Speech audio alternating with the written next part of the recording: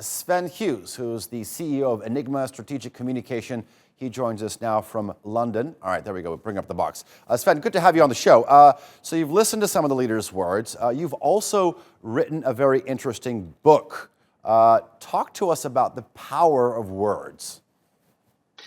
Well, I think what we're seeing is this is a crucial time now for communicators, government communicators, but also corporate and any institutions that are communicating.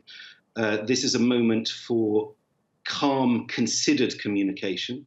It's a time for script and for carefully preparing your language and the detail that you're giving to your audience and bringing them into your confidence. This is absolutely not the time for what Bolsonaro was just doing there, which is flippant and glib comments that will, I think, put down in history as completely irresponsible.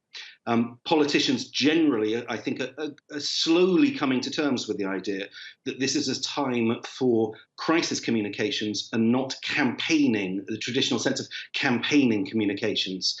Certainly, it's taken Trump a little while to get used to that. I mean, he was originally going out with kind of campaign material, hats on and so forth when he was going through the disease control centers.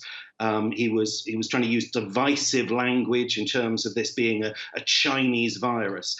This is, it's a learning curve, I think, for all the leaders, be they governmental or corporate. That's a very interesting point you make there, Sven, because I'm interested in learning if political leaders who sort of operate normally under normal circumstances, when it's sort of politics as usual, how inclined they are to change their rhetoric when they are confronted with a difficult situation or adversary. Well, it depends on the individual, of course. I mean, this entire outbreak, this pandemic, I think it would be fair to say has been rather humbling for individual leaders, but also their strategic communications teams. Business as usual is no longer acceptable. This is business unusual across the world and across different sectors. So if they aren't adapting their techniques, if they aren't listening to the experts, they run the risk actually of doing a great deal of harm in terms of society. This is one of those times where it is incredibly important for them to take communications seriously and responsibly, and therefore to listen to some of the experts around them and to take their lead from that. Now, it shouldn't change the content of what they're saying necessarily. I understand that they will each have their own policies that they need to communicate, but the means and the manner of that communication is critical at the moment. They need to prepare for every question that could be asked. They need to present themselves in a calm way, to a certain extent with a great deal of detail. They can trust the audience to have the detail so that they feel informed and enabled and don't sort of panic at this time.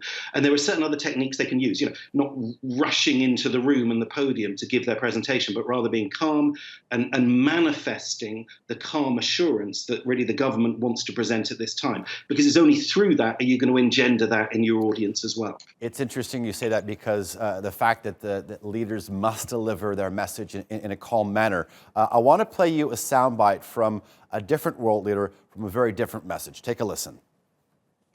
Today, a state of national emergency has been declared across New Zealand. Through the early and hard measures we've taken at the border, using the powers under the Health Act, the signing of epidemic notices, and now being in a state of national emergency, we have all of the legislative means possible, all of the enforcement powers, all the tools we need at our disposal to combat the spread of COVID-19. Sven, I mean, I listened to a large portion of the script and of the speech, and it was full of clarity and compassion, much like we saw Jacinda Ardern speak about a year ago after the mass shootings at the mosques in Christchurch. I mean, this tone really helps people deal in crises like this. You've got a responsibility, and also the press have a responsibility as well, which is to describe the interventions, to explain the rationale for why those interventions are happening, and then to provide a degree of detail and as much or as little detail as the audience can handle, because it's only through communicating in that way. Someone to look out for is the New York governor, actually, and not necessarily anything to do with their politics, but just the way in which they communicate. A man called Andrew Cuomo, who I'm sure you know anyway. Look him up. Look at the way in which he's communicating in exactly the same way as the clip you've just shown there. This is a time for cool heads. It's a time for calm communication of policy decisions, and it's also a chance to inspire other people to be at their best. This is not a chance, for, an opportunity for division or campaigning. This is absolutely the time where the best speakers will come to the top. We've seen that in this country with the Chancellor, a new emerging Chancellor. People didn't really know about this man, and now suddenly he's kind of leading by example with the clarity and the calmness of his messaging. That's the kind of the standard that we want to see set by our politicians, and we've got to say when they're doing good. Boris Johnson in this country had a wobbly start. There's no question, but he's certainly improving, and that's fantastic to see. And I think the consequence of that is the public is listening more to the message as well as the means and the methods of that message. Sven, interesting point that you made about Governor Cuomo. I've been reading that he's like, why isn't he running for president? It's just some people all of a sudden come up in this hall. All right, I want to talk to you about Italy. This is a country that has often been plagued by political instability.